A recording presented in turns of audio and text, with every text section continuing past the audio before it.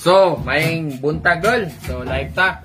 So, natay 40 footers nga Korean surplus. Ang location na idol, dani siya sa may Diversion Road, Saka ka, Barangay Langob.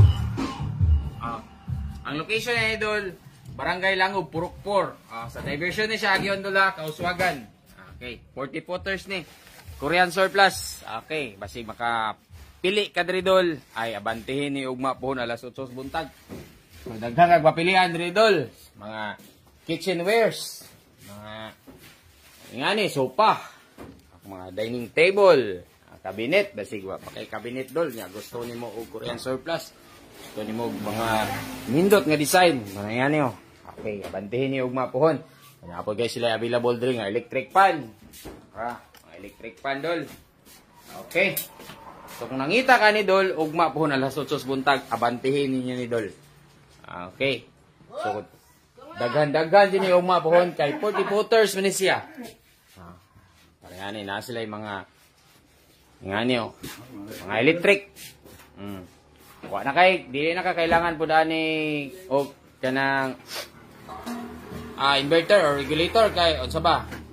Kay 220 volts na ni siya diretso na gid nimo ni saksak. Electric fan. Mga lingkuranan. Okay, daghan kang mapilian dol, 40 footers man ni siya. Ugma pohon dola, magkita-kita ta diri. Alas 8 buntag, pwede na naman ni abantihi. Ayo ni abantihi karon kay ila pa maning pricingan. Kaya pud tay makuha na ni pricingan pa man nila. Ang location na idol, ibutang nako diha sa comment section o dara sa title ani nga video. Mga kaning mga ngani, mga high chair sa mga bata. Korean ito la, Korean surplus. Sa mga nangita diha og Korean surplus dog 40 footers. Ang gihabwa karon sa Yumi Trading.